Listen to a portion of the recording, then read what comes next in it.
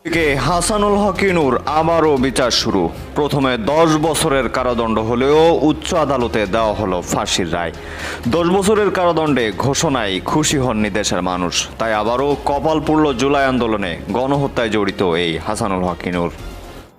জুলাই আন্দোলনে কুষ্টিয়াতে ইউসুফ শেখ, ওসামা, সুরুজ আলী বাবু সহ 6 জনকে হত্যায় মানবতা বিরোধী অপরাধে জাসদ নেতা হাসানুল হক ইনুর ফাঁসির আদেশ দিয়েছেন আদালত। গণভবনে শেখ হাসিনার সাথে বৈঠক করে হত্যাকাণ্ডে সহযোগিতা, উস্কানি সহ 8টি অভিযোগ তার বিরুদ্ধে।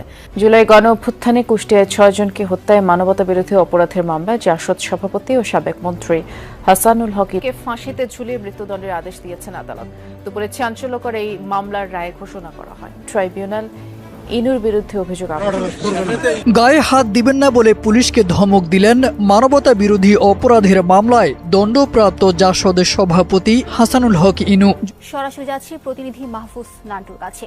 দর্শক, আপনারা শুরুতে জানেন প্রাথমিকভাবে হাসানুল হক ইনুকে 10 বছরের কারাদণ্ড দিয়েছিল। তবে এই রায়ে কোনোভাবেই সন্তুষ্ট না দেশের মানুষ এবং এনসিপি নেতারা। রীতিমতো নাহিদ ইসলামের প্রশ্ন উঠিয়েছে, তাকে 100 বছর সাজা দিলেও এই সাজার কোনো শেষ হবে না। তো আবারও এই বিষয়টা আমলে নিয়ে তাকে আবারও আদালতে উঠিয়েছে এবং আমরা বিশ্বস্ত সূত্র থেকে খবর পেয়েছি যে তাকে ফাঁসির আদেশ। দর্শক, এই মাত্র পাওয়া কিছু গুরুত্বপূর্ণ আপডেট ভিডিও নিয়ে আপনাদের মাঝে হাজির হয়েছি। যে ভিডিওগুলো সামাজিক যোগাযোগ মাধ্যমে ব্যাপক আকারে ভাইরাল হয়েছে, নেট দুনিয়ায় তোলপাড় সৃষ্টি করে দিয়েছে, নেটে জোরের গতিতে ভাইরাল হচ্ছে, সেই ভাইরাল কিছু টপিক একত্রিত করে আপনাদের মাঝে নিয়ে আসলাম। দর্শক, ভিডিওর শুরুতেই ভিডিওর বিশেষ কিছু অংশ দেখে আশা করি আপনারা বুঝতে পেরেছেন যে আজকের এই ভিডিওটি কতটুকু গুরুত্বপূর্ণ হতে চলেছে এবং আমরা কোন টপিক গুলা নিয়ে আলোচনা করতে যাচ্ছি। দর্শক, তার কথা বাড়াবো না, চলুন ভিডিওতে আমরা একে একে সেই ভাইরাল টপিক গুলো দেখে আসি।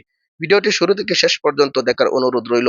চ্যানেলে নতুন হয়ে থাকলে সাবস্ক্রাইব করে একটি লাইক করে আমার সাথে। এর মাধ্যমে আমরা যারা জুলাই গণঅভ্যুত্থানে অংশ নিয়েছিলাম, যারা শহীদ পরিবার, যারা আহত যোদ্ধা রয়েছে, তারা কোনো ন্যায় বিচার পায়নি। হাসানুল হক ইনু, যিনি জাসদের সভাপতি ছিলেন, যিনি আওয়ামী লীগের সহযোগী যেই অ্যালায়েন্স ছিল সেটার অংশ ছিলেন, তিনি কিন্তু জুলাই গণঅভ্যুত্থানে প্রত্যক্ষভাবে গণহত্যায় মদত জুগিয়েছিলেন। গণহত্যার যে সিদ্ধান্ত ছিল, শেখ হাসিনা যিনি প্রধান সিদ্ধান্তকারী ছিলেন, তাকে সর্বাত্মকভাবে সহযোগিতা করেছেন। ফলে আমরা মনে করি তাকে যে 10 বছর করে 3টি মামলা সাজা দিয়েছে, এটা এনাফ নয়, এটা যথেষ্ট নয়। আমাদের আবেদন থাকবে রাষ্ট্রপক্ষ যাতে এটা আপিল করে এবং আমরা তার কঠোর থেকে কঠোর বিচার প্রত্যাশা করছি। এই সরকার আসার পরে মাত্র 2টি মামলার রায় আমরা পেয়েছি এবং তদন্ত কার্যক্রমে রিপোর্ট দাখিলে আমরা যথেষ্ট ধীরগতি দেখছি। ফলে আমরা আশা করব যে সরকার এবং ট্রাইব্যুনাল দ্রুত সময়ের মধ্যেই বিচার নিষ্পন্ন করবে এবং অলরেডি শেখ হাসিনার মামলার রায় হয়ে রয়েছে। আমরা আশা করব যে শেখ হাসিনাকে।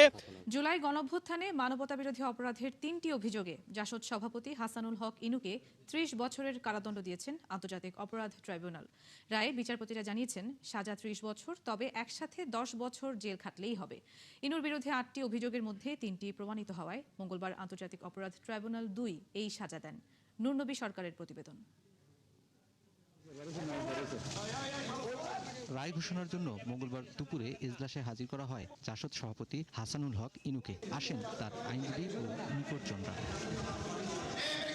রায় ঘোষণা এজলাস থেকে সরাসরি সম্প্রচার করে বিটিভি। জনাকীর্ণ এজলাসে বিচারকরা জানিয়ে দেন ইনুর বিরুদ্ধে 3টি অভিযোগের প্রমাণ মিলেছে, তাই এই অপরাধের বিচারে 30 বছরের জেল দেওয়া হয়, তবে 10 বছর সাজা খাটলেই চলবে। তার এরকম স্বীকারোক্তির পর অন্যান্য চার্জ প্রমাণিত হবে না, এটা আমাদের কাছে বোধগম্য মনে হয়নি।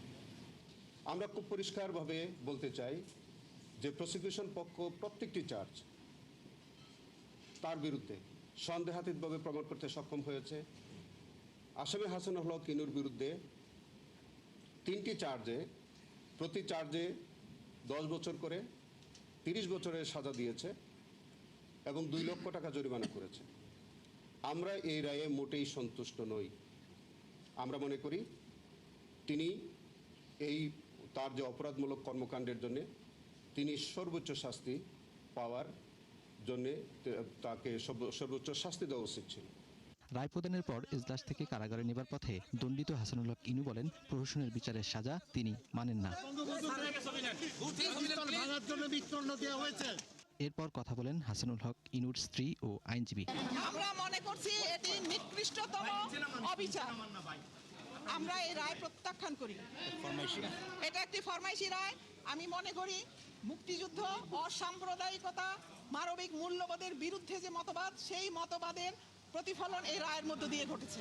বাংলাদেশের স্বাধীনতা সংগ্রামের একজন অন্যতম সংগঠক, যিনি 1971 সালের 23শে মার্চ পাকিস্তানের পতাকা নামিয়ে বাংলাদেশের পতাকা উড়িয়েছিলেন, সেরকম একজন জাতির বীর সন্তানকে অপমানিত করা হলো।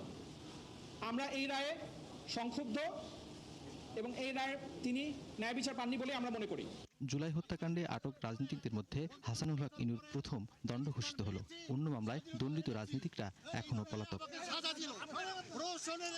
চট্টগ্রামে ছাত্রদল কর্মী ওয়াসিম সহ 6 জনকে হত্যার মানবতাবিরোধী অপরাধের মামলায় সাবেক পররাষ্ট্রমন্ত্রী গত বছরের নভেম্বরে আন্তর্জাতিক অপরাধ ট্রাইব্যুনালে প্রথম রায় দেয়া হলো শেখ হাসিনা সরকার পতনের পরে শেখ হাসিনার বিরুদ্ধে এবং স্বরাষ্ট্রমন্ত্রী আসাদুজ্জামান খান কামালের বিরুদ্ধে মৃত্যুদণ্ডের আদেশ। অনেকদিন পরে আজকে 30 জুন আজকে আরেকটি বড় রায় হতে চলেছে। এই ভিডিও যখন দেখছেন কিংবা দেখার অব্যবহত পরেই আপনারা হয়তো সেই রায়ের তথ্যটাও জেনে যাবেন। কি হতে চলেছে সেই রায়?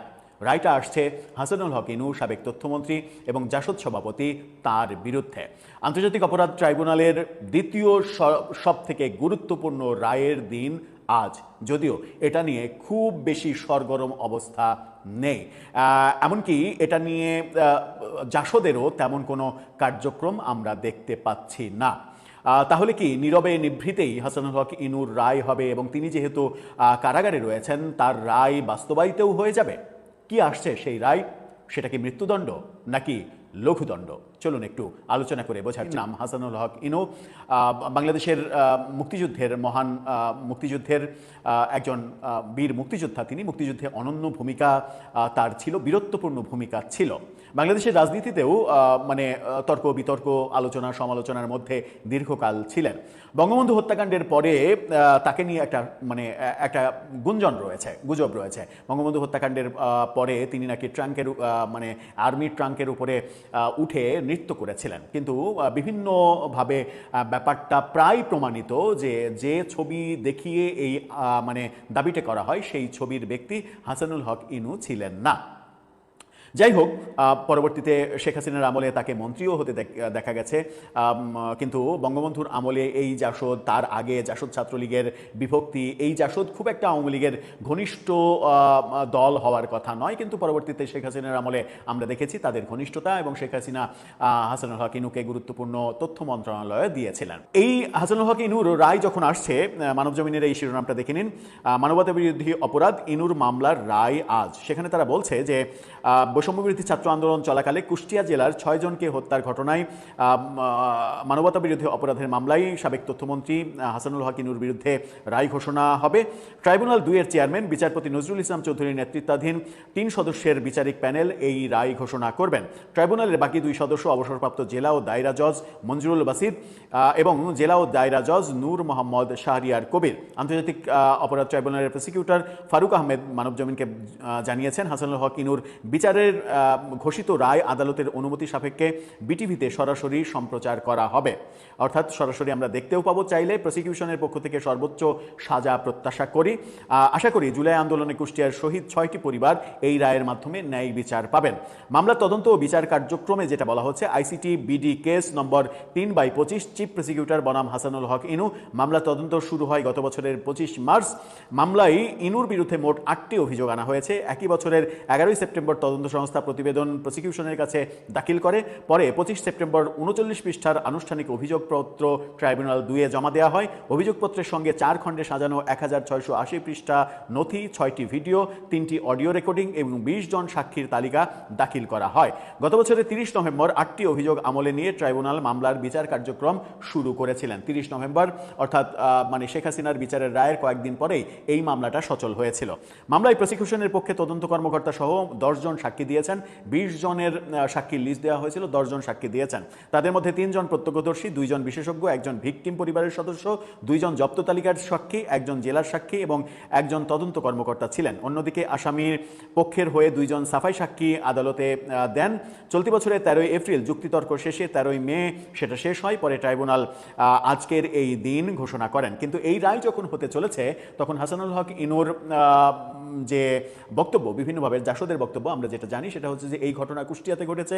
এই ঘটনার সময় হাসানুল হক ইনু ঢাকায় অবস্থান করছিলেন, নাম্বার 1। নাম্বার 2, যে সকল টেলিফোন অডিও রেকর্ড অর্থাৎ শেখ হাসিনার সঙ্গে ফোন আলাপ যেটা ফাঁসও হয়েছিল সেগুলো আদালতে দেওয়া হয়েছে। সেখানে জাসদ দাবি করছে যে হাসানুল হক ইনু সর্বশেষ তিনি এমপি ছিলেন না, মন্ত্রী ছিলেন না, তার কোনো সাংবিধানিক ক্ষমতা ছিল না, বাস্তবিক অর্থে কোনো ঘটনাকে প্রভাবিত করার মতো অ্যাবিলিটি ছিল না। সুতরাং তার বিরুদ্ধে যে মানে ভূমিকা রাখা, রাষ্ট্রযন্ত্রের হয়ে কোনো ভূমিকা রাখা, সেই ভূমিকা তার পক্ষে রাখা সম্ভব ছিল না। আবার কুষ্টিয়াতে যে ঘটনা ঘটে সেই ঘটনার সময় হাসানুল হক ইনু ঢাকায় অবস্থান করছিলেন। সুতরাং কুষ্টিয়ার ওই ঘটনার সঙ্গে তার বিন্দুমাত্র কোনো সংশ্লিষ্টতা থাকার কথা নয়। আবার তাদের এই অভিযোগও রয়েছে যে হাসানুল হক ইনু আদালতে নিজের পক্ষে নিজে মানে জবানবন্দি কিংবা সাফাই আত্মপক্ষ সমর্থন করে কথা বলতে চেয়েছিলেন এবং সেই কথাটা লিখিত আকারে পেশ করতে চেয়েছিলেন। হাসানুল হক ইনু এবং তার আইনজীবীদের অভিযোগ যে সেই লিখিত বক্তব্য আদালত গ্রহণ করেনি। এটা ন্যায় বিচারের চরম মানে বিরোধী এবং মানে ন্যায় বিচার হবে না এই ব্যাপারটা ঘোষণাই দিয়ে দিয়েছে হাসানুল হক ইনুর যে আইনজীবী টিম তারা। এরকম অবস্থায় যখন এই আলোচনাগুলো চলছে তখন আমরা মাঝখানে দেখলাম যে আরেকটা মামলার যখন শোন অ্যারেস্ট তাকে দেখানো হলো তখন তিনি আদালতে প্রচণ্ড ক্ষিপ্ত হয়ে চিৎকার চেঁচামেচি করে বললেন যে আদালতে বিচারক, প্রসিকিউশন, কারাগারে কারারক্ষী কে কি করছে না করছে সব কিছুই আমি লাল এবং সবুজ দুইটা ডায়েরিতে লিখে রাখছি। এখন প্রশ্ন হচ্ছে তিনি লিখে রাখছেন কিন্তু লিখে রাখার সেই ডায়েরিটা কি জনসম্মুখে তিনি আনতে পারবেন? আর আরেকটা বড় কথা হচ্ছে যে আজকে প্রসিকিউশনের যে বক্তব্য সেই বক্তব্যে স্পষ্ট যে এই রায়টা মৃত্যুদণ্ডের রায় হতে চলেছে। আমরা দুদিন আগেই দেখলাম যে ঢাকার ডিএমপির সাবেক প্রধান তাকেও মৃত্যুদণ্ড দেয়া হয়েছে। সুতরাং হাসানুল হক ইনু কারাগারে রয়েছেন। মৃত্যুদণ্ডের রায় যদি হয় তাকে 1 মাসের মধ্যে আপিল করতে হবে। 1 মাসের মধ্যে আপিল করে উচ্চ আদালতে যাবে। তার আগে তার যে মুক্তি চাইছে জাসদ, মুক্তি সম্ভব নয়। কেন যেন মনে হচ্ছে, এর আগের একটা ভিডিওতেও বলেছি, কেন যেন মনে হচ্ছে যে যত মামলা চলছে আন্তর্জাতিক অপরাধ ট্রাইব্যুনালে শেখ হাসিনার দল, সরকার এবং তার পক্ষের লোকজনের বিরুদ্ধে হাসানুল হক ইনুর মামলার রায়টাই সম্ভবত সব থেকে আগে কার্যকর হবে। কারণ হাসানুল হক ইনুর সাম্প্রতিক মানে ওই জুলাই আগস্টের সময় শেখ হাসিনার সঙ্গে যে অডিও বার্তা ফাঁস হয়েছে সেই অডিও বার্তাতেও বর্তমান সরকারি দল। আশা করি সকলে পুরো ভিডিওটি দেখলেন। এই ভিডিও সম্পর্কে অবশ্যই আপনাদের মতামত ভিডিওর কমেন্ট বক্সে লিখে জানাবেন। দর্শক, এই ধরনের প্রতিনিয়ত আপডেট ভিডিওগুলো সবার আগে পেতে অবশ্যই এই চ্যানেলটিকে সাবস্ক্রাইব করে পাশে থাকা বেল বাটনটি অন করে রাখবেন পরবর্তী ভিডিওগুলো সবার আগে পাওয়ার জন্য। আজকের মতো ভিডিওটা এখানে শেষ করলাম। দেখা হচ্ছে পরবর্তী ভিডিওতে। সেই পর্যন্ত ভালো থাকবেন, সুস্থ থাকবেন এই কামনা করে বিদায় নিলাম। আসসালামু আলাইকুম ওয়া রাহমাতুল্লাহ।